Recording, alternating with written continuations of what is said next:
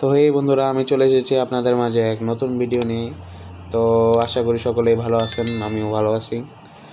তো আজকের ভিডিওটা হচ্ছে মূলত একটা পুজো নিয়ে। কালকে আমাদের বাসায় বিপদনাশিনী পুজো হয়েছিল।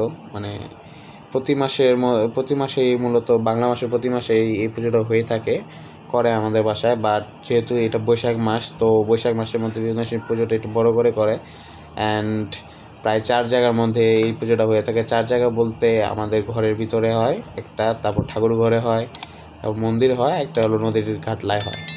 তো সেটারই প্রস্তুতি নিতেছে। অ্যান্ড এই জায়গাগুলো আমাদের যে ঠাকুরঘর, এই ঠাকুরের সাইডে এই জায়গার পুজোটা এখন।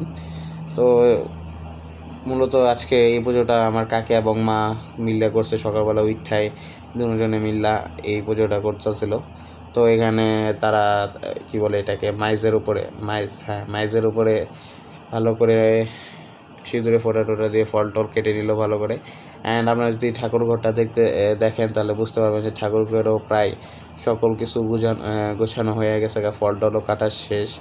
এবং তার সাথে যেহেতু এটা আমের সিজন, তো আমাদের আমদুধও দিয়ে দিছে, মানে আমদুধ তো বুঝতেই পারছেন। অ্যান্ড এইখানে প্রায় সকল প্রকার ফল কাটা শেষ হয়ে গেছে এবং এখানে এখন এমনি মূলত ঠাকুর পূজাটা হবে। ঠাকুর ঘরে যেমনি সাধারণত পূজাটা হয়, সে পূজাটা হবে। তারপর পূজা শেষে চলে যাব তারা মন্দিরে এবং ঘাটে।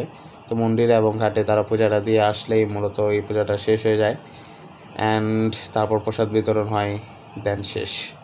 তো আজকের জন্য এটুকুই। আবার দেখা হবে পরবর্তী ভিডিওতে। আশা করি সকলে ভালো থাকবেন। ধন্যবাদ সকলকে।